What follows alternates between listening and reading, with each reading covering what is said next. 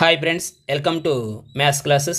ఈరోజు మ్యాథ్స్ క్లాసుల్లో భాగంగా మనం 2024 ఫిబ్రవరి 27వ తారీఖున మధ్యాహ్నం జరిగినటువంటి ఏపీ టెట్ ఎగ్జామినేషన్ పేపర్లో ఉన్నటువంటి మ్యాథ్స్ క్వశ్చన్స్ కోసం మనం ఈ వీడియోలో డిస్కస్ చేయడం జరుగుతుంది. కాబట్టి మొత్తం అందరూ కూడా జాగ్రత్తగా ఫాలో అవ్వండి. ఇంతకుముందు S1 సెషన్లో జరిగినటువంటి పేపర్ని చేయడం జరిగింది, ఆ పేపర్ కూడా వాచ్ చేయండి. ఇప్పుడు పేపర్లోకి వెళ్ళినట్లయితే మొదటి క్వశ్చన్ చూడండి. ఒక టెస్ట్ మ్యాచ్లో భారత జట్టు మొదటి రోజు 216 పరుగులు చేసింది. రెండవ రోజు మొదటి రోజు కన్నా 172 పరుగులు ఎక్కువ చేసింది. అయినా రెండవ రోజు చేసిన పరుగులు అని వీడు క్వశ్చన్ ఇవ్వడం జరిగింది. ఇది మనకి 3వ తరగతి టెక్స్ట్ బుక్లోంచి ఈ క్వశ్చన్ అడగడం జరిగింది. మొదటి రోజు చేసినటువంటి పరుగులు ఎంతంటే 216 పరుగులు. అయితే రెండో రోజు చేసినటువంటి పరుగులు అడిగాడు కాబట్టి మొదటి రోజు కన్నా కూడా 172 ఎక్కువ చేశారట. కాబట్టి మొదటి రోజు చేసినటువంటి పరుగులు ఏవైతే ఉన్నాయో వాటికి ఈ 172 ఎక్కువ చేశారు కాబట్టి ఇది యాడ్ చేసినట్లయితే మనకి ఏమవుతుందంటే ఆన్సర్ వస్తుంది అనమాట. అంటే 216 ప్లస్ 172 ఈ రెండింటిని యాడ్ చేసినట్లయితే 6ని 2ని 8, 1 + 7 అంటే 8, 2 + 1 అంటే 3, అంటే 388 రన్స్ వీళ్ళు చేయడం జరిగింది. కాబట్టి థర్డ్ ఆప్షన్ మనకు ఆన్సర్ అనమాట. నెక్స్ట్ క్వశ్చన్ చూడండి. రెండు సంఖ్యల యొక్క భేదం 568, వాటిలో ఒక సంఖ్య 796, అయినా రెండవ సంఖ్య ఏది అన్నాడు.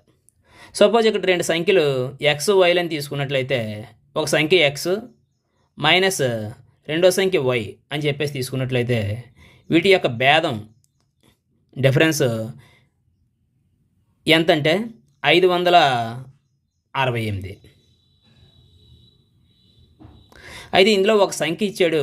ఈ ఒక సంఖ్యని మనం ఈ లెక్కలో ఏం తీసుకుంటామంటే మొదటి సంఖ్య అని చెప్పేసి తీసుకుంటాం అనమాట. అంటే 796 అని చెప్పేసి తీసుకుంటాం. Minus y equals to 568. మీకు డౌట్ రావచ్చు, రెండో సంఖ్య అని చెప్పేసి తీసుకోవచ్చు కదా. రెండో సంఖ్యని తీసుకుంటే మనకి ఏమవుతుందంటే వేరే ఆన్సర్ వస్తుందన్నమాట ఇక్కడ. కాబట్టి ఇక్కడ ఇచ్చినటువంటి ఆన్సర్లో దీనికంటే కూడా పెద్దవన్నవి లేవు, 796 కంటే కూడా పెద్దవన్నవి లేవు. అటువంటి సందర్భాల్లో మనం ఏం చేస్తామంటే 796 కంటే పెద్దవన్నవి ఆన్సర్లో ఉన్నట్లయితే అప్పుడు దాని రెండో సంఖ్యని తీసుకోవాల్సి ఉంటుంది. సో ఇక్కడ y ఈక్వల్స్ టు ఏమవుతుందంటే దీన్ని ఇటువైపు తీసుకెళ్ళి దీన్ని ఇటువైపు తీసుకురావచ్చు వస్తుంది. అంటే మనకి ఎలా వస్తుందో ఒకసారి చూద్దాం. అప్పుడు 796 మైనస్ 568 అంటే ప్లస్ 568 ఇటువైపు వచ్చినట్లయితే మైనస్ అయిందనమాట. ఈ మైనస్ వై అనేది ఇటువైపు వచ్చినట్లయితే ప్లస్ వై అయింది. అంటే ఈ రెండింటికి డిఫరెన్స్ కట్టినట్లయితే మనకు వై అనేది వస్తుంది. అంటే 796 మైనస్ 568. ఇప్పుడు 16 అవుతుంది. 16లోంచి 8 తీస్తే 8, ఇక్కడ 8 ఉంటుంది. 8లోంచి 6 పోతే 2, ఇక్కడేమో 2, అంటే 228 మనకు ఆన్సర్ అని చెప్పేసి చెప్పొచ్చు అనమాట. నెక్స్ట్ క్వశ్చన్ చూడండి. ఇవన్నీ కూడా మారినటువంటి కొత్త టెక్స్ట్ బుక్లోంచి వచ్చినటువంటి క్వశ్చన్స్ అనమాట. ఈజీగా ఇచ్చాడు ఆ టెక్స్ట్ బుక్లో ఉన్నవి, కాబట్టి జాగ్రత్తగా మీరు చేయడానికి ట్రై చేయాలి. ఒక అకర్ణీయ సంఖ్యను 5/2తో గుణించి ఆ లబ్ధానికి 2/3ని కూడితే -7/12 వస్తుంది. ఆ సంఖ్య అని అడిగాడు. ఇక్కడ ఏంటంటే ఒక అకర్ణీయ సంఖ్యను మనం ఇక్కడ ఏమనుకుంటామంటే ఎక్స్ అనుకుంటాం. దీన్ని ఏం చేశాడట 5/2 చేత మల్టిప్లై చేశాడట. అంటే ఇంటూ 5/2 గుణించి ఆ లబ్ధానికి ఏం చేశాడంటే 2/3 యాడ్ చేశాడనమాట. అంటే 2/3ని యాడ్ చేశాడు. యాడ్ చేస్తే ఎంత వచ్చింది? -7/12 వచ్చింది. దీన్ని మనం కాలిక్యులేట్ చేయాలన్నమాట. అంటే ఏకచరరాశిలో రేఖీ సమీకరణాల సాధన అని చెప్పేసి ఉంది, ఆ చాప్టర్లోంచి క్వశ్చన్ అనమాట ఇది. ఇప్పుడు మనకి ఏంటంటే x ఇంటూ 5 అంటే 5x/2 ఈక్వల్స్ టు మనకి ఏమవుతుందంటే -7/12 ఇక్కడ ఉన్నటువంటి +2/3ని ఇటువైపు తీసుకెళ్ళినట్లయితే ఈక్వల్స్కి అటువైపు తీసుకెళ్ళినట్లయితే -2/3 అవుతుంది. కాబట్టి -2/3 అవుతుంది. ఇక్కడ 12కి 3కి ఎల్సిఎం కట్టాలి. 12కి 3కి ఎల్సిఎం కట్టినట్లయితే మనకి ఎంత వస్తుందంటే 12 అవుతుంది. ఎందుకంటే 3 అనేది 12లో పోతుంది కాబట్టి 12 అవుతుంది. 12లో ఎన్నిసార్లు పోయింది? 1 టైం పోతుంది. ఒక 12 కాబట్టి ఒకసారి పోతుంది. ఆ 1 ఇంటూ పైన ఉన్నటువంటి ఈ 7 అనమాట. 1 ఇంటూ -7 అంటే -7. మరి ఈ 3 అనేది 12లో ఎన్ని టైమ్స్ పోతుంది? 4 టైమ్స్ పోతుంది. కాబట్టి ఆ 4 ఇంటూ పైన ఉన్నటువంటి 2 అంటే 4 2s are 8. సో అంటే 5x/2 ఈక్వల్స్ టు మనకి ఏమవుతుందంటే -7 -8 అంటే -15 అవుతుంది /12 అనమాట. ఈ రెండింటిలో కూడా మనకి 15 12లోనే మనకి 3 అనేది పోవడం జరుగుతుంది. 3 దీంట్లోనేమో 4 టైమ్స్ పోయింది. పై ఉన్నటువంటి 15లోనేమో 5 టైమ్స్ పోయింది. అంటే 5x/2 ఈక్వల్స్ టు -5/4 అయింది. దీంట్లో మనకి x కావాలి. x ఈజ్ ఈక్వల్ టు ఏమవుతుందంటే -5/4. ఇక్కడ చూసినట్లయితే ఈ ఎక్స్ని ఈ 2 అనేది ఏం చేస్తుందంటే డివైడ్ చేస్తుంది. ఈక్వల్స్ టుకి అటువైపు వెళ్ళినట్లయితే మల్టిప్లై చేస్తుంది, అంటే ఇంటూ 2 అనమాట. ఇక్కడ 5 అనేది ఎక్స్ని ఏం చేస్తుందంటే మల్టిప్లై చేస్తుంది, అటువైపు వెళ్ళినట్లయితే డివైడ్ చేస్తుంది.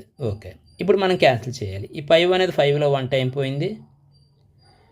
ఈ 2 ఏమో 4లోనేమో 2 టైమ్స్ పోయింది. అంటే మనం మిగిలింది ఎంతంటే -1/2 అని చెప్పొచ్చు. దీనికి ఆన్సర్ థర్డ్ వన్ అనమాట. నెక్స్ట్ ఇక్కడ ఇచ్చినటువంటి ఈ క్వశ్చన్ ఒకసారి చూడండి. ఈ క్వశ్చన్ ఒకసారి చూస్తే n/2 -3n/4 plus 5n/6 equals to 21 అని ఇచ్చాడు.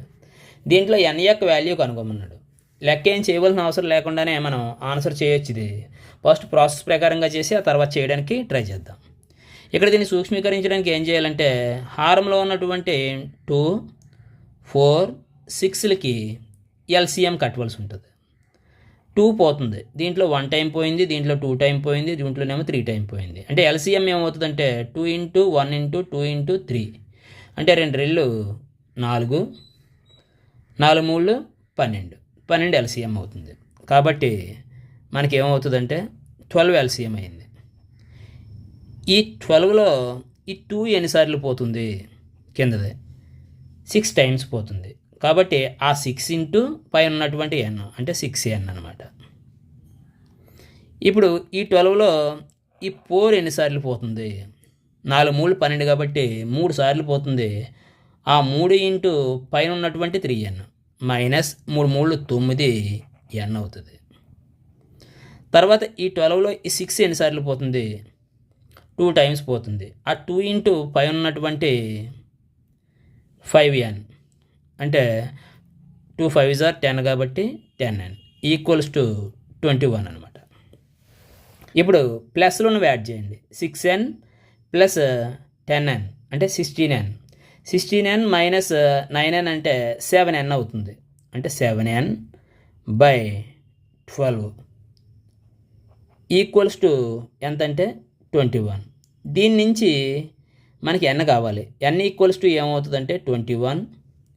ఈ 12 అనేది ఆ n ఏం చేస్తుంది? డివైడ్ చేస్తుంది కాబట్టి ఇక్కడ ఇంటూ చేస్తుంది. ఇంటూ 7 అనేది n ఏం చేస్తుంది? మల్టిప్లై చేస్తుంది కాబట్టి ఈక్వల్స్ టుకి అటువైపు వెళ్ళినట్లయితే డివైడ్ చేస్తుంది 7 అనమాట. ఇక్కడ ఇది ఇందులో 3 టైమ్స్ పోయింది. 3 12s are 36 అవుతుంది. సో 36 అనేది మనకు ఆన్సర్ అనమాట. ఇప్పుడు మనం ఏ విధమైన ప్రాబ్లం చేయవలసిన అవసరం లేకుండానే జనరల్గా ఆలోచించినట్లయితే మన ఆన్సర్ చెప్పొచ్చు. ఇక్కడ nలు ఉన్నాయి. ఈ nని తప్పనిసరిగా ఈ 2 అనేది డివైడ్ చేయాలి, ఇక్కడ ఉన్నటువంటి n 4 అనేది డివైడ్ చేయాలి, ఇక్కడ ఉన్నటువంటి n 6 అనేది డివైడ్ చేయాలి. ఈ 2, 4, 6లు పోయేవి దీంట్లో ఏమన్నా ఉన్నాయా అంటే ఇందులో 36 ఒకటే ఉంది, కాబట్టి ఇది ఆన్సర్ అని చెప్పేసి డైరెక్ట్గా మనం పెట్టచ్చు అనమాట. తర్వాత క్వశ్చన్ చూడండి. క్రింది వానిలో పరిపూర్ణ ఘనము కాని సంఖ్య అని ఇచ్చాడు. ఘనము అంటే ఏంటంటే ఆ సంఖ్య క్యూబ్ అయి ఉండాలన్నమాట. సపోజ్ కొన్ని ఘనాలు తీసుకుందాం.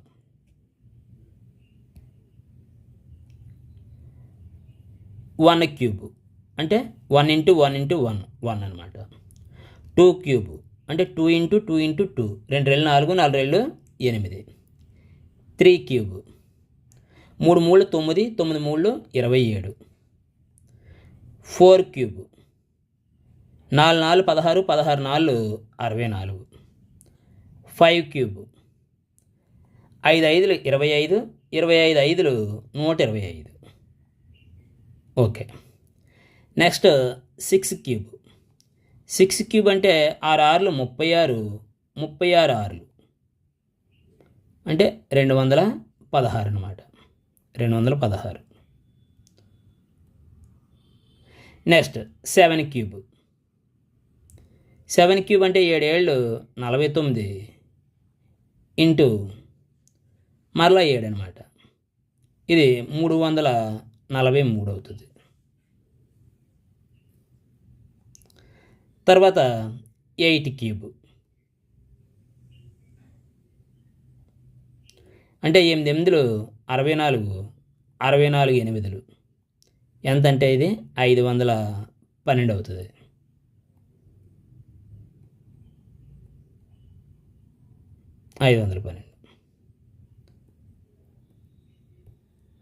Next 9 cube. 9 క్యూబ్ అంటే 9 9 81 81 రెళ్ళు 81 ఇంటూ 9 అనమాట. అంటే 729 అవుతుంది. సో ఇవి మనం గుర్తుపెట్టుకోవాలి తప్పనిసరిగా. తర్వాత ప్రాబ్లం చేసేటప్పుడు చాలా అవసరం ఉంటాయి. 729. 10 క్యూబ్ అంటే 1000 అనమాట. 10 × 10 × 10 ఇది 1000 వరకు ఉన్నటువంటి పరిపూర్ణ గణాలు ఏంటంటే ఇవి కాకుండా ఉన్నది ఏంటంటే ఈ థర్డ్ వన్ 500. కాబట్టి అది అవుతుంది అనమాట. 500 దగ్గరగా ఉన్నది ఏది 512 అనమాట. ఇది ఏంటంటే 8 క్యూబ్ అని చెప్పి మనకు తెలియాలి క్లియర్గా. నెక్స్ట్ ఒక గది పొడవు 30 మీటర్లు, వెడల్పు 20 మీటర్లు అయితే గది పొడవు వెడల్పుల నిష్పత్తి అన్నాడు. ఇది చాలా ఈజీ, ప్రతి పేపర్లో ఇవ్వడం జరుగుతుంది ఇలాగా నిష్పత్తులు అనేవి. గది పొడవేమో 30 మీటర్లు, వెడల్పు ఏమో 20 మీటర్లు, ఇలా వేసుకోవాలి. 10 దీంట్లోనేమో 3 టైమ్స్ పోతుంది, దీంట్లోనేమో 2 టైమ్స్ పోతుంది. కాబట్టి మనకి ఎంత వచ్చిందంటే 3/2 వచ్చింది.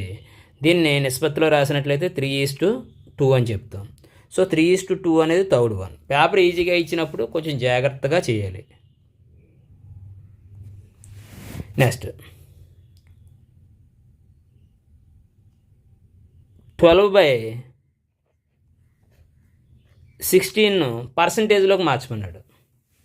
పర్సంటేజ్లోకి కన్వర్ట్ చేయమన్నాడు. ఎప్పుడైనా సరే పర్సంటేజ్లోకి కన్వర్ట్ చేయాలంటే ఇచ్చింది ఏదైనా దాన్ని 100తో మల్టిప్లై చేయాలి. ఇంతకు ముందు ఇచ్చినటువంటి పేపర్లో కూడా దీన్ని ఇవ్వడం జరిగింది. 4 అనేది దీంట్లో 4 టైమ్స్ పోతుంది, దీంట్లోనేమో 3 టైమ్స్ పోతుంది. ఈ 4 100లో 25 టైమ్స్ పోతుంది. సో మల్టిప్లై చేస్తే 3 25 సార్ 75 అవుతుంది. ఇది పర్సంటేజ్ అనమాట, పర్సెంట్.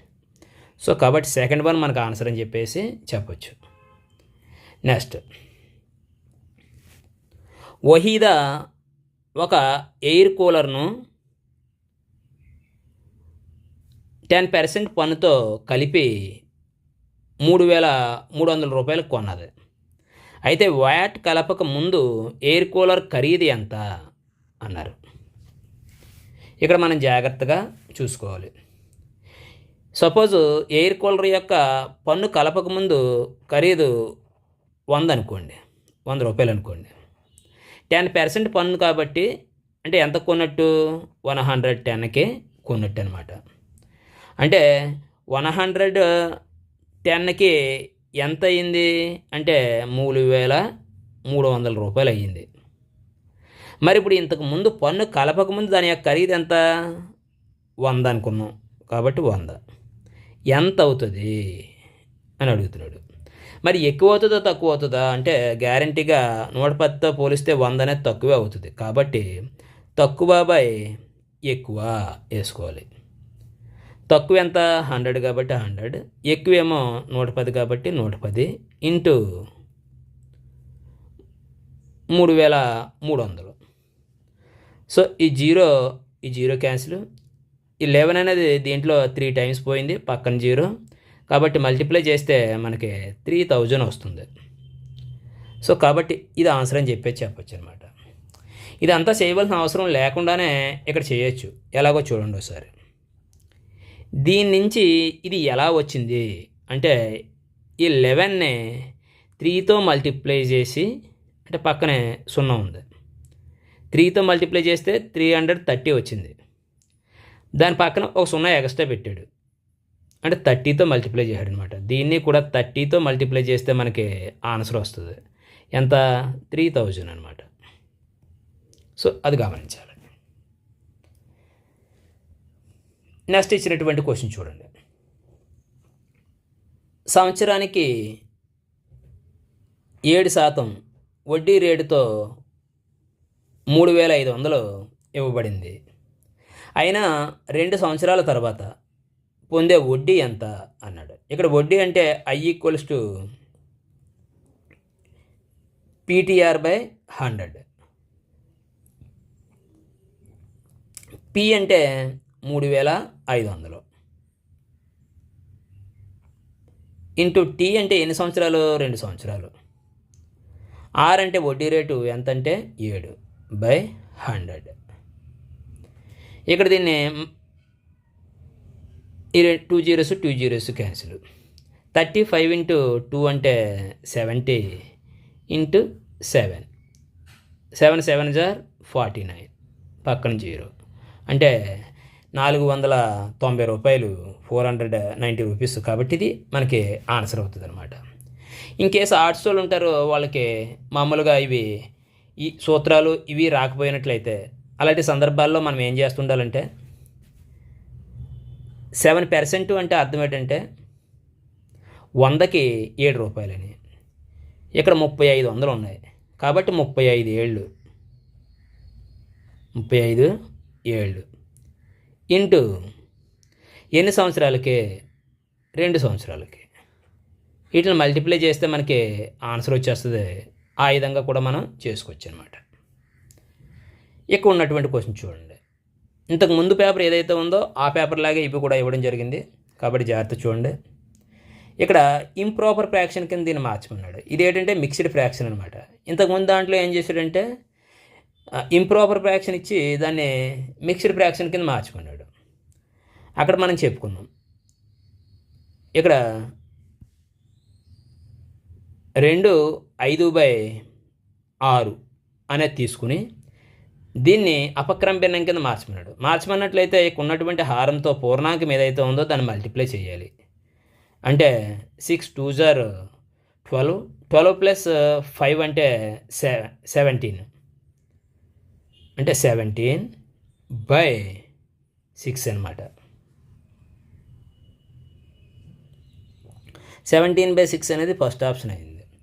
మరి దీన్ని ఒకవేళ మిక్స్డ్ ఫ్రాక్షన్లో మార్చమన్నట్లయితే ఏం చేయాలి? 25లో 6 ఎన్నిసార్లు పోతుంది? 4 సార్లు పోతుంది. 6 4 24, ఇంకా 1 మిగులుతుంది /6 అవుతుంది అనమాట. దీన్ని చూడండి, ఇది ఇందులో 2 టైమ్స్ పోతుంది డైరెక్ట్గా, ఇంకేరే భిన్నం ఏమి ఉండదు. ఇదేమో క్రమభిన్నం కాబట్టి దీన్ని మిక్స్డ్ ఫ్రాక్షన్ కింద మనం మార్చలేమన్నమాట. కాబట్టి మార్చగలిగి ఈ రెండే ఉన్నాయి కాబట్టి జాగ్రత్తగా చూసుకోండి. నెక్స్ట్ ఇక్కడ ఒక నిర్దిష్ట వారంలోని 7 రోజుల్లో ఒక నగరంలో వర్షపాతం మిల్లీమీటర్లలో ఇచ్చాడట. ఇదంతా అవి ఏంటంటే 7 రోజులది కూడా ఇక్కడ టెంపరేచర్స్ మనకి ఇవ్వడం జరిగింది, వర్షపాతం ఇచ్చారు. ఈ వర్షపాతాల యొక్క సగటు వర్షపాతాన్ని కనుగొమన్నాడు. సగటు అంటే సగటు లేదా యావరేజ్ లేదా మీన్. ఇది ఎలా వస్తుందంటే రాసుల మొత్తము బై రాసుల సంఖ్య, రాసుల మొత్తము బై రాసుల సంఖ్య. రాసుల మొత్తం బై రాసుల సంఖ్య రాసినట్లయితే మనకి ఆటోమేటిక్గా అది వస్తుంది. ఇప్పుడు రాసులు మొత్తం కూడదాం. 1.0, 5.5, 20.5, 0.0, 2.1, 12.2, 0.0. ఇప్పుడు వీళ్ళన్నిటిని కూడా మనం ఏం చేయాలంటే యాడ్ చేయాలన్నమాట.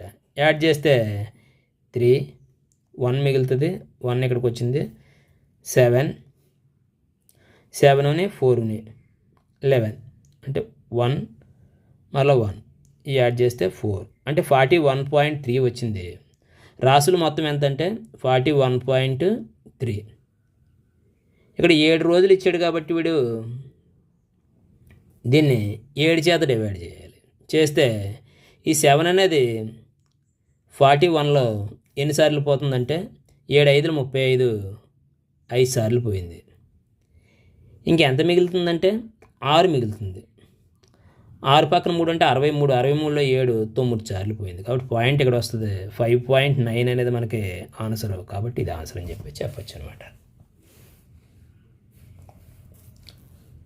ఇక్కడ చూడండి, చాలా ఈజీ ప్రాబ్లమ్స్ ఇవి. పొడవు 8 సెంటీమీటర్లు, వెడల్పు 3.5 సెంటీమీటర్లు గల దీర్ఘచతురస్ర చుట్టుకొలత అన్నాడు. దీర్ఘచతురస్రం యొక్క చుట్టుకొలత సూత్రం ఏంటంటే 2 పొడవు ప్లస్ వెడల్పు. దీర్ఘచతురస్రం యొక్క చుట్టుకొలత సూత్రం 2 పొడవు ప్లస్ వెడల్పు. సో 2 పొడవు ఎంత అంటే 8, వెడల్పు ఎంత అంటే 3.5 అనమాట, అంటే 3.5. 8ని 3.5 11.5. సో 2 × 11.5. ఇప్పుడు దీన్ని మల్టిప్లై చేస్తే 2 5s are 10, 0, 1, 2 11s are 22, 1 ఉన్నాయి 23. ఇక్కడ ఉన్నటువంటి వాటిలో ఎన్ని అంకెల తర్వాత పాయింట్ ఉన్నదో చూసుకోవాలి. ఒక అంకె తర్వాత పాయింట్ తర్వాత ఉన్నటువంటి అంకెలు ఏంటంటే ఒకటే, కాబట్టి ఇక్కడ పాయింట్ తర్వాత ఒక అంకె ఉండాలన్నమాట, అంతే. సో 23 అవుతుంది ఇది, కాబట్టి ఇది ఆన్సర్ అనమాట. దీంట్లో ఇదే విధంగా మనకు ఇన్కేస్ వైశాల్యం అడిగినట్లయితే, అంటే ఏరియా అడిగినట్లయితే, అప్పుడు మనం ఏం చెప్తామంటే పొడవు ఇంటూ వెడల్పు అంటాం. దీర్ఘచతురస్రం యొక్క వైశాల్యాన్ని సూత్రం ఏంటంటే పొడవు ఇంటూ వెడల్పు. అంటే పొడవు 8, వెడల్పు ఏమో 3.5. వీటిని మల్టిప్లై చేయాలి. 8 5 40, 0, 4. 8 3 24, 24ని 4ని 28. ఇక్కడ పాయింట్ పెట్టుకోవాలి. కాబట్టి ఇక్కడ 28 అనేది ఏమవుతుందంటే దాని యొక్క ఏరియా అవుతుంది అనమాట, అంటే వైశాల్యం అవుతుంది. ఇక్కడ జాగ్రత్త చూడండి. 3 భుజాల పొడవులు అసమానాలు గల త్రిభుజమును ఏమని పిలుస్తారు అన్నాడు. అంటే ఒక త్రిభుజంలో 3 భుజాలు కూడా వేరువేరుగా ఉన్నట్లయితే పొడవులు, ఆటోమేటిక్గా ఆ త్రిభుజాన్ని మనం ఏమంటామంటే విషమబాహు త్రిభుజము అంటాం, స్కేల్ అండ్ ట్రయాంగిల్ అని చెప్పేసి పిలుస్తారు. కాబట్టి సెకండ్ది ఆన్సర్ అనమాట. అయితే వీటి కోసం మనం ఒకసారి సింపుల్గా డిస్కస్ చేయాలి. త్రిభుజాన్ని వాటి భుజాల ఆధారంగా ఏం చేస్తారంటే 3 రకాలుగా డివైడ్ చేయడం జరుగుతుంది. ఒకటి ఏంటంటే విషమబాహు త్రిభుజము. విషమబాహు త్రిభుజం అంటే ఈ త్రిభుజంలో స్కేల్ అండ్ ట్రయాంగిల్ అనమాట. దీంట్లో 3 భుజాలు కూడా ఎలా ఉంటాయంటే వేరువేరుగా ఉంటాయి. 3 భుజాలు కూడా వేరువేరుగా ఉంటాయి. అంటే ఏ భుజం కొలత కూడా ఒకేలాగా ఉండదు. ఒక్కొక్క భుజము కూడా ఇదేమో ఒక కొలత ఉంటుంది, ఇదేమో ఒక కొలత ఉంటుంది, ఇదేమో ఒక కొలత ఉంటుంది. దీన్ని విషమబాహు త్రిభుజం అంటాం. ఇక రెండవది ఏంటంటే సమద్విబాహు త్రిభుజము, సమద్విబాహు త్రిభుజము, ఐసోస్కేల్స్ ట్రయాంగిల్. దీంట్లో రెండు భుజాలు సమానంగా ఉంటాయి, మూడో భుజం మాత్రం వేరేగా ఉంటుంది. ఆ మూడో భుజాన్ని మనం ఏమంటామంటే భూమి అని పిలుస్తాము. దీనికి ఇది సమద్విబాహు త్రిభుజము లేదా ఐసోస్కేల్స్ ట్రయాంగిల్ అనమాట. మూడోది సమబాహు త్రిభుజము. సమబాహు త్రిభుజము, సమబాహు త్రిభుజము ఏంటంటే త్రిభుజంలో మూడు భుజాలు సమానం అవుతాయి. మూడు భుజాలు కూడా ఎలా ఉంటాయంటే సమానంగా ఉంటాయి. అంటే ఏబి, బీసీ, సిఏ ఈ మూడు కూడా ఈక్వల్గా ఉంటాయి. అంతేకాకుండా మూడు కోణాలు కూడా ఎలా ఉంటాయంటే సమానంగా ఉంటాయి. అటువంటి త్రిభుజాన్ని మనం ఏమంటామంటే సమబాహు త్రిభుజం అంటాం. ఇక తర్వాత లంబకోణ త్రిభుజము. ఒక త్రిభుజంలో ఒక కోణం 90 డిగ్రీలు అయినట్లయితే దాన్ని లంబకోణ త్రిభుజము అంటాం. ఈ లంబకోణానికి ఎదురుగా ఉన్నటువంటి ఈ భుజాన్ని మనం ఏమంటామంటే కర్ణము, డయాగ్నల్ అని చెప్పేసి పిలుస్తారు రైట్ యాంగిల్ ట్రయాంగిల్లో. ఇది ఈ భుజాలను బట్టి త్రిభుజాలని విభజించేటువంటి విధానం అన్నమాట. ఇక తర్వాత కోణాల ఆధారంగా ఇది కోణం ఆధారంగా విభజింపబడ్డది లంబకోణ త్రిభుజం అనేది. మనకి ఈ మూడు రకాలుగా ఇది సమబాహు త్రిభుజం, సమద్విబాహు త్రిభుజము, సమబాహు త్రిభుజము ఉంటాయన్నమాట. ఇప్పుడు కోణాల ఆధారంగా మరలా త్రిభుజాలని వేరు రకాలుగా విభజిస్తారనమాట. అవి ఏంటంటే అల్పకోణ త్రిభుజము,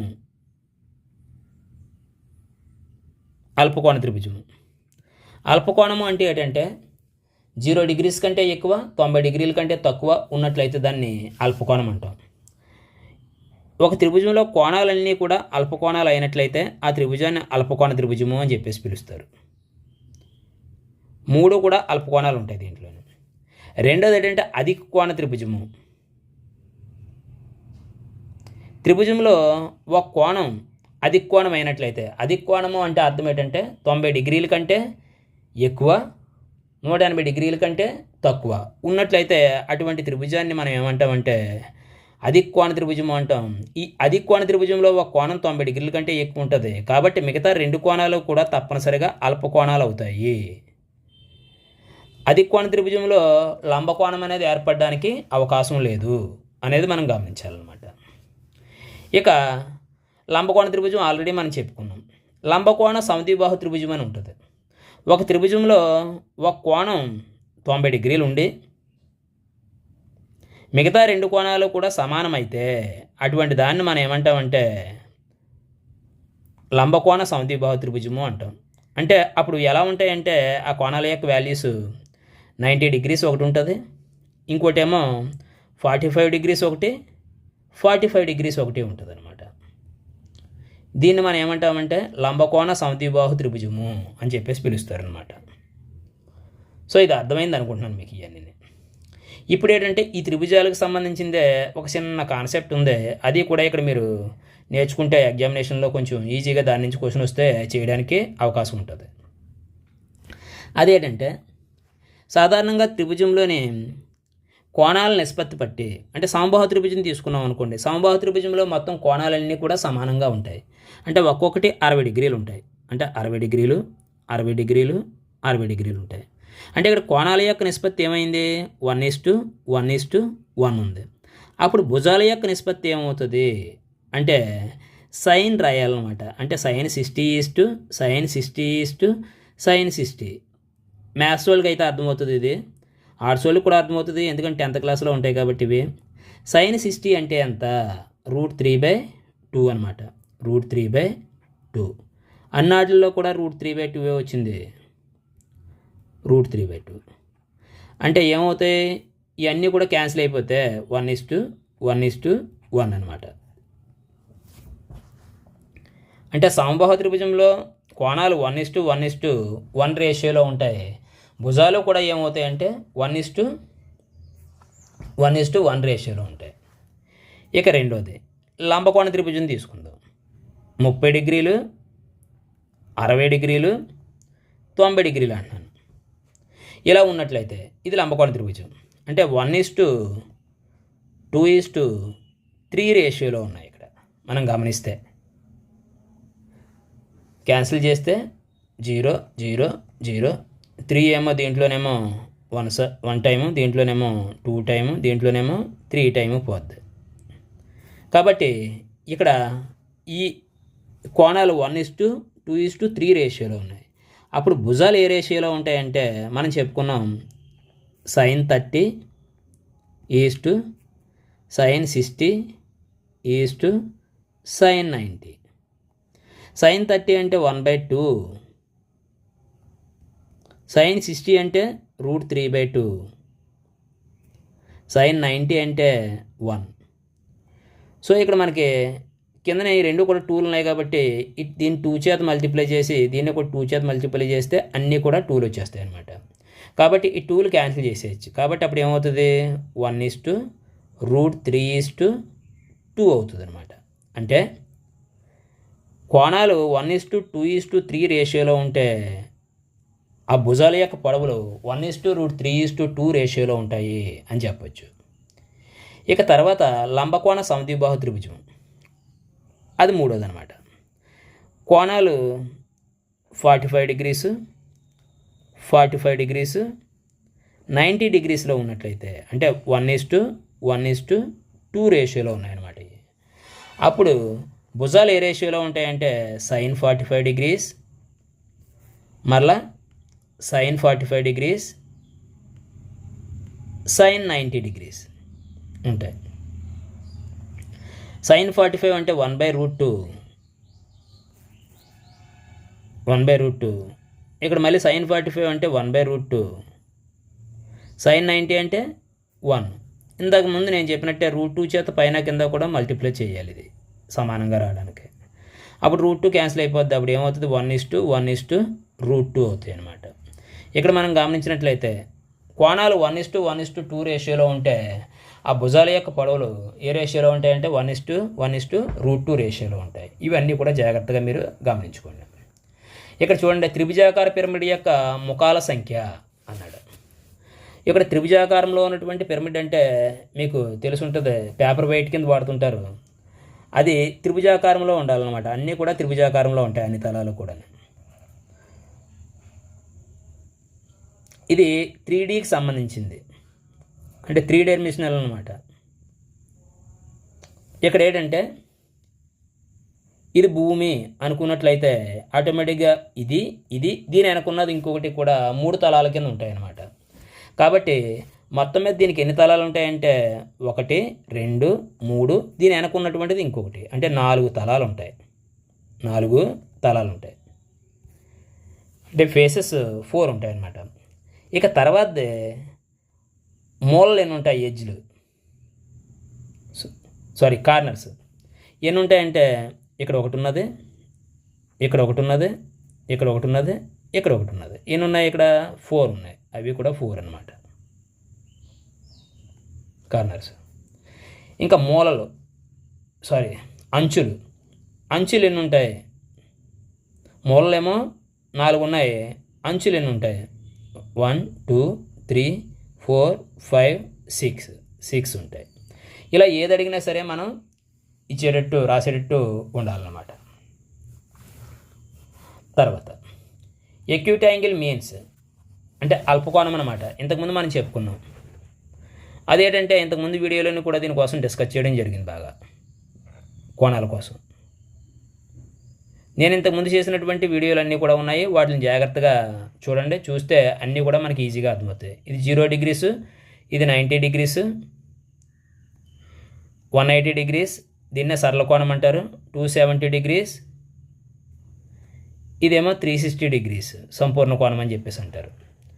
అల్పకోణం అంటే అర్థం ఏంటంటే 0 డిగ్రీస్ కంటే ఎక్కువ, 90 డిగ్రీల కంటే కూడా తక్కువ ఉన్నటువంటి కోణాన్ని మనం ఏమంటామంటే అల్పకోణం అంటాం. అయితే వాడు అలా డైరెక్ట్గా ఇవ్వలేదు. వాడు ఏమన్నాడంటే ఒక పూర్తి భ్రమణం చేయడాన్ని పరిభ్రమణము అంటాం. ఇలాగ తన చుట్టూ తను తిరగడాన్ని పరిభ్రమణం అంటాం, అంటే ఒక పూర్తి భ్రమణం అనమాట ఇది. అయితే ఇందులో ఈ భ్రమణంలో ఎన్నో వంతు 0 to 90 4వ వంతు. దానికంటే తక్కువ అనమాట ఉన్నటువంటిది ఏంటంటే అల్పకోణం. కాబట్టి ఫస్ట్ది మనకి ఆన్సర్ అని చెప్పేసి చెప్పొచ్చు. ఇక్కడ చూడండి, ఏబి రే దేన్ని సూచిస్తుంది అన్నాడు. అంటే ఇలా ఇచ్చాడు, ఇది ఇచ్చేసి ఇది దేన్ని సూచిస్తుంది అని చెప్పేసి అన్నాడు. మనం ఆల్రెడీ ఇంతకుముందు చెప్పుకున్నాం, ఒక తలంలో ఒక బిందువు అంటే విభజించడానికి వీలు లేనటువంటి సూక్ష్మమైనటువంటి ప్రదేశాన్నే మనం బిందువు అంటాం. ఇటువంటి రెండు బిందువులు తీసుకుని ఒక తలంలోని ఆ రెండు బిందువుల్ని కలిపేటువంటి బిందువుల యొక్క సముదాయాన్ని మనం ఏమంటున్నామంటే రేఖాఖండము అని చెప్పేసి పిలుస్తాం. లైన్ సెగ్మెంట్ అంటారు. దీనికి రెండు అంత్య బిందువులు ఉంటాయి. దీన్ని ఏబి రేఖాఖండము అని చెప్పి పిలుస్తారనమాట. తర్వాత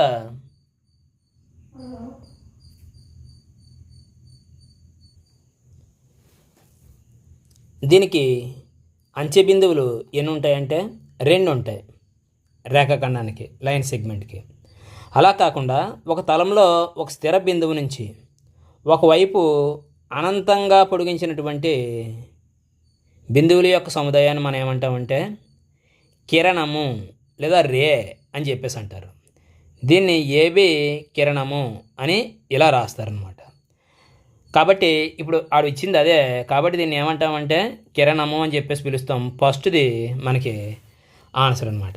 దీనికి ఎన్ని అంత్యబిందువులు ఉంటాయంటే ఒకే ఒక అంత్యబిందువు ఉంటుంది. దీని యొక్క పొడవు అపరిమితంగా ఉంటుంది. తర్వాత ఒక తలంలోని ఒక స్థిర బిందువు నుంచి ఇరువైపులకి కూడా అనంతంగా పొడిగించినటువంటి బిందువుల యొక్క సముదాయాన్ని మనం ఏమంటామంటే రేఖ, సరళ రేఖ అని చెప్పేసి పిలుస్తారు. ఇది స్ట్రైట్ లైన్ అనమాట. దీనికి అంత్యబిందువులు ఎన్ని ఉంటాయంటే 0 ఉంటాయని చెప్పేసి మనం చెప్పొచ్చు. ఏది ఇచ్చినా సరే మీరు ఇప్పుడు ఆన్సర్ చేయొచ్చు అనమాట. ఇక్కడ చూడండి, తల్లి లడ్డూలు చేసింది. ఆమె అతిథులకి మరియు కుటుంబ సభ్యులకి కొన్ని లడ్డూలు ఇచ్చింది. ఇంకను 5 లడ్డూలు మిగిలాయి. తల్లి ఇచ్చిన లడ్డూల సంఖ్య ఎల్ అయితే ఆమె తయారు చేసిన లడ్డూల సంఖ్య ఎంత? ఇప్పుడు సపోజ్ తల్లి ఒక 12 లడ్డూలు తయారు చేసింది అనుకుందాం. బంధువులకి ఒక 4 ఇచ్చింది. ఇంకా ఎన్ని మిగులుతాయి అంటే ఇంకా 8 మిగులుతాయి. ఇప్పుడు ఈ తల్లి ఇచ్చినటువంటి లడ్డూలు ఎల్ అయినట్లయితే పంచినటువంటి లడ్డూలు ఎలా వస్తాయంటే 12లోంచిని ఇది తీసేస్తే వస్తాయి. అదే తల్లి తయారు చేసినటువంటి లడ్డూలు కావాలంటే ఈ పంచిన లడ్డూలని మిగిలినటువంటి లడ్డూలని ఈ రెండాటిని కలిపితే ఈ తల్లి తయారు చేసినటువంటి లడ్డూలు వస్తాయి అన్నమాట. అది మనకు అర్థం కావాలి. అలా అయితే మనం ఇది చేయగలుగుతాం. ఇప్పుడు ఇక్కడ ఏంటంటే తల్లి ఇచ్చిన లడ్డూల సంఖ్య ఎల్, అంటే తల్లి కొన్ని లడ్డూలు తయారు చేసింది, అందులోంచి ఎల్ లడ్డూలు ఇచ్చేసింది. ఎల్ లడ్డూలు ఇచ్చేస్తే ఇక మిగిలినవి ఏంటంటే 5 మిగిలాయి. మరి తల్లి తయారు చేసినటువంటి అసలు ఒరిజినల్గా తయారు చేసినటువంటి లడ్డూలు ఎన్ని అంటే ఈ రెండింటినీ కూడా యాడ్ చేస్తే మనకి ఇవి వస్తాయి, పంచినవి ప్లస్ మిగిలినవి. కాబట్టి ఏమవుతుందంటే ఎల్ ప్లస్ 5 అవుతుంది అని చెప్పేసి మనం చెప్పొచ్చు అనమాట. కాబట్టి ఇది మనకు ఆన్సర్ అవుతుంది.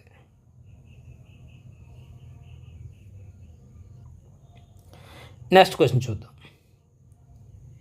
ప్రతి దాంట్లోని కూడా ఇదే టైప్ క్వశ్చన్స్ అడగడం జరుగుతుంది. కాబట్టి దీనికి కారణాంకాలు ఏంటి అని చెప్పేసి వీడు అడిగాడు. కారణాంకాలు మనకి ఏంటి అని చెప్పేసి అడిగితే దాని కారణాంకాలు కనుగొనడం ఒక పద్ధతి ఉంది, ఈజీగా చేసే పద్ధతి కూడా ఉంది. తర్వాత చూద్దాము. 2xy plus 3x plus 2y plus 3 ఇది ఉంది.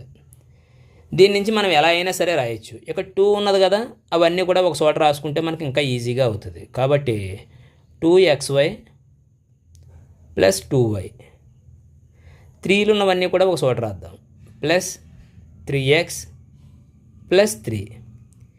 ఈ రెండింటిలో కూడా 2y మనకి కామన్గా ఉంది కాబట్టి ఆ 2yని బయట తీసేద్దాం. ఇందులోంచి ఫస్ట్ దాంట్లోంచి 2yని బయట తీసేస్తే మనకి ఏమున్నదంటే ఇంకా x మిగులుతుంది.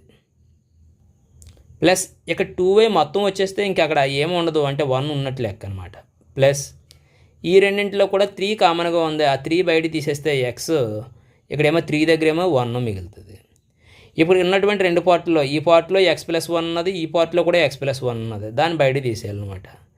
x+1 బయట తీసేసినట్లయితే 2y ప్లస్ ఇక్కడ ఎంత ఉంటుందంటే 3 ఉంటుంది. సో ఇది మనకు ఆన్సర్ అనమాట. x+1 ఎక్కడ ఉందంటే ఇంకో ఇక్కడ ఉంది, కాబట్టి ఇది ఆన్సర్ అని చెప్పేసి మనం చెప్పచ్చు. అయితే ఆర్ట్స్ విద్యార్థుల దగ్గరికి వచ్చినట్లయితే ఇదంతా చేయడం కొంచెం ఇబ్బందిగా ఉంటుంది. అలాంటి సందర్భంలో మనం చేయవలసినటువంటి పని ఏంటంటే సింపుల్గా ఈ గుణకాలు ఏవైతే ఉన్నాయో ప్లస్ ఉంటే ప్లస్, మైనస్ ఉంటే మైనస్, వాటిని యాడ్ చేసుకోవాలి. మొత్తం యాడ్ చేస్తే ఎంత వచ్చిందంటే 10 వచ్చింది.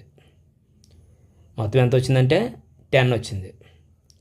ఇప్పుడు ఇక్కడ ఉన్నటువంటి వాటిని యాడ్ చేయాలి.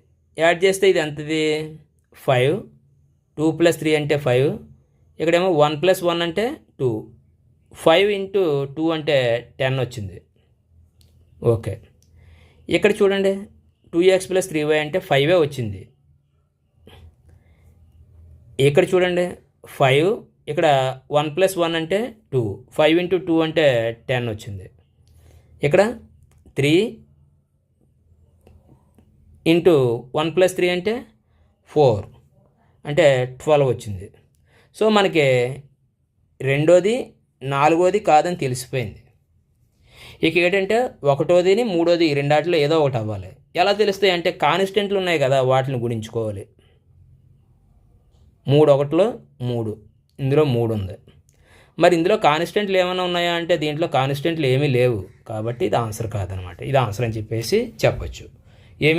ఇది కారణాంకాలు కట్టడం రావాల్సిన అవసరం లేకుండానే ఈ పద్ధతి ఉపయోగిస్తే ఎటువంటి దానికైనా సరే మనం కారణాంకాలు కట్టచ్చు అనమాట. ఇక్కడ చూడండి, ఇవి ఘాతాలు ఘాతాంకాలు టాపిక్ నుంచి ఉన్నవే. ఘాతాలు ఘాతాంకాల మీద ఇంతకుముందు టెక్స్ట్ బుక్లో చాలా క్వశ్చన్స్ చేయడం జరిగింది, కాబట్టి వాటిని మీరు జాగ్రత్తగా చేయండి. ఇక్కడ ఏంటంటే -3 m+1 ఇంటూ -3/5 ఈక్వల్స్ టు -3/7 అని ఇచ్చాడు. ఇలా ఇచ్చాడు. ఈ ఈక్వల్స్ టుకి ఇటువైపు ఇవి ఉన్నాయి, అటువైపు ఏమో అవి ఉన్నాయి. రెండు కూడా భూములు సమానంగానే ఉన్నాయి.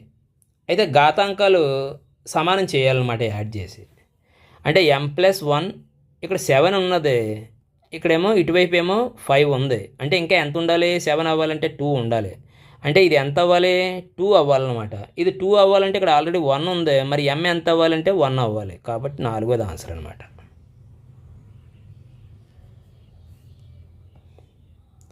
ఇక్కడ చూడండి, లక్ష్మి తండ్రి వయసు 49 సంవత్సరాలు.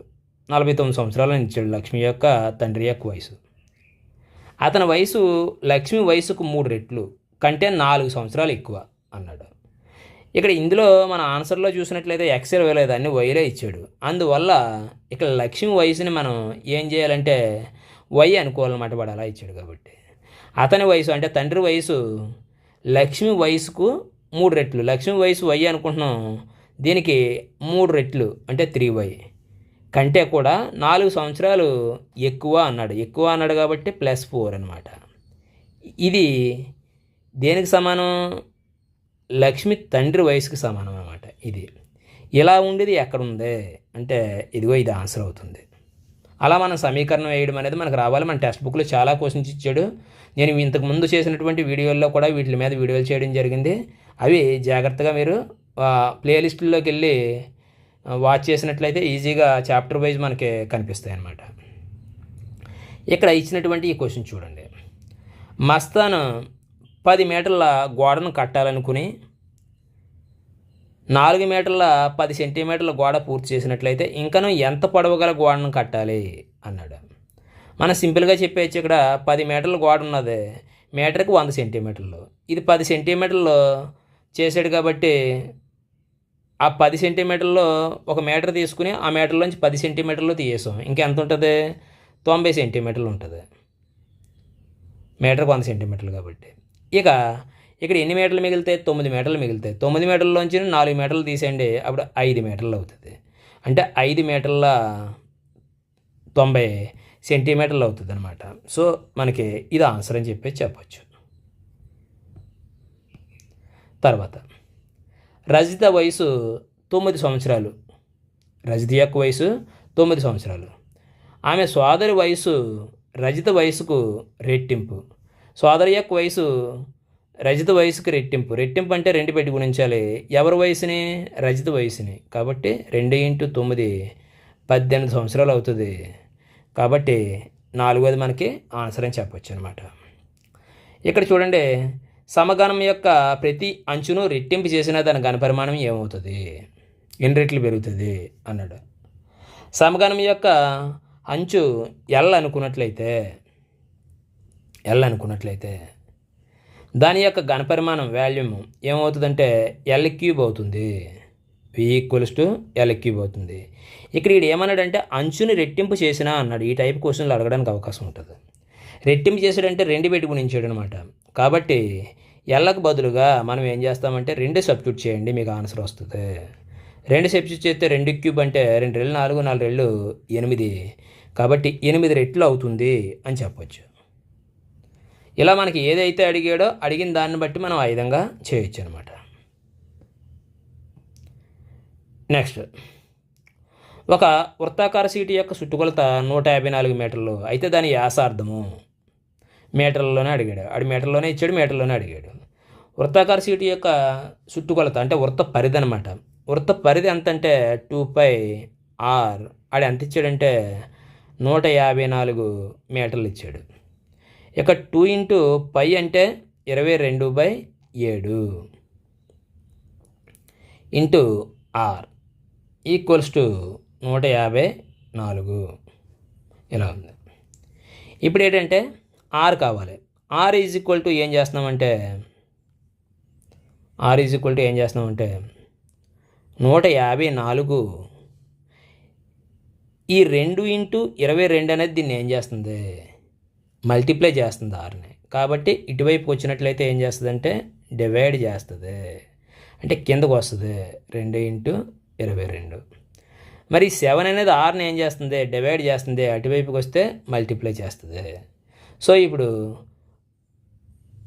ఈ 22లో 11 2 టైమ్స్ పోతుంది. దీంట్లోనేమో 14 టైమ్స్ పోతుంది. 14 టైమ్స్ పోతుంది. ఈ 2 అనేది 14లో 7 టైమ్స్ పోతుంది. 7 ఏళ్ళు 49/2. 49/2 అంటే ఎంత అంటే 24.5 అంటే 24.5. కాబట్టి మనకి ఇది ఆన్సర్ అనమాట. జాగ్రత్తగా మనం చూడాలి. ఇంకా మీరు క్లియర్గా కావాలనుకున్నట్లయితే ఇలా ఆర్ అడిగినప్పుడు తప్పనిసరిగా కింద ఈ 7 ఉంటుంది కాబట్టి అది అటువైపు వెళ్తే మల్టిప్లై చేస్తుంది. కాబట్టి 7 పోయేది ఏదైతే ఉందో అది మనకి ఇందులో ఆన్సర్ అవుతుంది అనమాట. అది చూసుకోవాలి. అలా 7 పోయేది మనకి 24.5 మాత్రమే ఉంది కాబట్టి అది చూడాలి. ఇది ఫ్రెండ్స్ మన ఈ వీడియోలో మరి మొత్తం అన్ని క్వశ్చన్ల కోసం కూడా డిస్కస్ చేయడం జరిగింది. మళ్ళీ వేరే వీడియోలో మళ్ళీ కలుసుకుందాం. అంతవరకు సెలవు. బాయ్.